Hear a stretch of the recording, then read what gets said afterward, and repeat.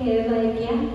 Dari pembelajaran mendalam itu sendiri ya, terdiri dari prinsip pembelajarannya, di mana prinsip pembelajarannya itu terdiri dari berkesadaran, bermakna, dan menggembirakan. Di mana berkesadaran itu merupakan kenyamanan peserta didik, ya. Kenyamanan peserta didik dalam belajar dipengaruhi oleh fokus, konsentrasi, perhatian, kesadaran berpikir, keterbukaan terhadap perspektif baru, dan keingintahuan terhadap pengetahuan serta pengalaman yang baru. Oke ya, dari berkesadaran ini, dari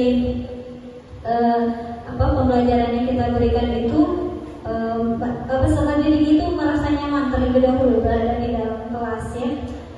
Oke, itu diawali dengan pengkondisian kelas ya. Kemudian yang kedua itu bermakna, di mana bermakna itu pengalaman belajar yang terkait dengan pengalaman sebelumnya, bermanfaat dalam konteks baru, berhubungan dengan disiplin ilmu lainnya, dan mendukung pelajaran seumur hidup. Nah, bermakna ini maksudnya bisa diaplikasikan seperti itu ya, dari pelajaran yang kita sampaikan kepada siswa peserta didik itu bisa mereka aplikasikan ya dalam kehidupan sehari-hari. Contohnya aja pelajaran PAI seperti itu ya, dengan materi tentang sholat, mereka bisa mengaplikasikannya ya dalam hal beribadah ya, sholat 5 waktu dan sholat sunnah-sunnahnya yang lainnya gitu ya.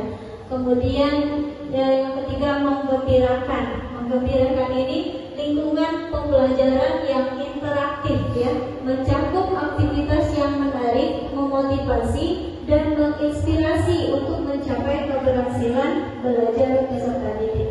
Nah, dari menggembirakan ini dalam penyampaian materi ketika pembelajaran berlangsung seperti itu ya, bisa dengan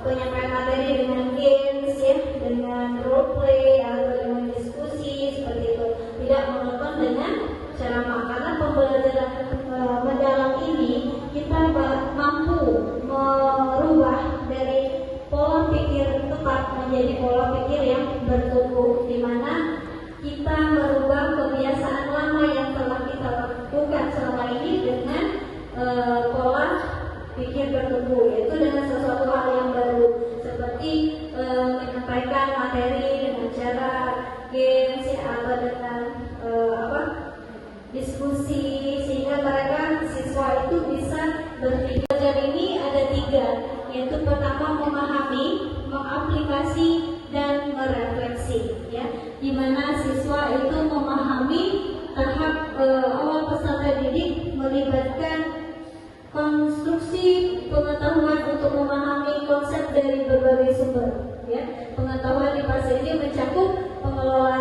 pengetahuan esensial, aplikatif, serta nilai dan karakter ya. Memahami di sini jadi siswa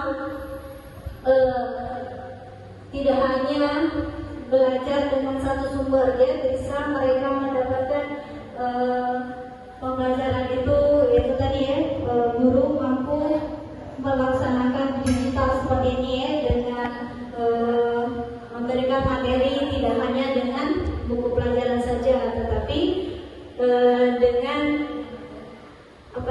bisa dengan infokus ya, dengan video seperti itu ya. Jadi anak-anak dalam memahami pembelajaran itu tidak hanya dari buku saja seperti itu. Yang kedua, mengaplikasi. Pengalaman belajar menunjukkan bagaimana peserta didik mengaplikasikan pengetahuan secara konseptual yang diperoleh melalui pendalaman. Kompetensi awal, kemudian lanjut ada pengetahuan bermakna. Nah, kemudian yang ini juga membuat berbeda, yaitu praktis pedagogis. Jadi kita sudah mengetahui bagaimana kemampuan siswa sebelum kita mengajar. Jadi misal ada anak-anak yang sering terlambat atau misal tidak mengerjakan tugasnya, maka kita sudah mengetahui apa penyebabnya. Nah, inilah yang kita masukkan dalam pembelajaran kita. Nah, kemudian ada berikutnya lingkungan pembelajaran. Jadi kalau biasanya kita guru dengan siswa saja, tapi di sini kita melibatkan juga lingkungan di luar sekolah. Misal bisa ke taman atau bisa kemana-mana. Yang penting kita masukkan dalam lingkungan pembelajaran. Berikutnya ya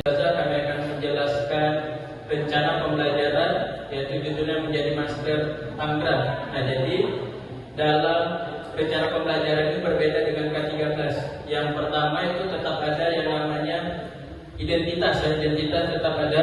Kemudian yang membedakan adalah profil kelulusan. Jadi minimal kita ambil 3, dan mesti 8-8-nya yang sudah dijelaskan dari Ustaz Priman tadi. Nah, kalau sini diambil misal penarahan kritis, kreatif,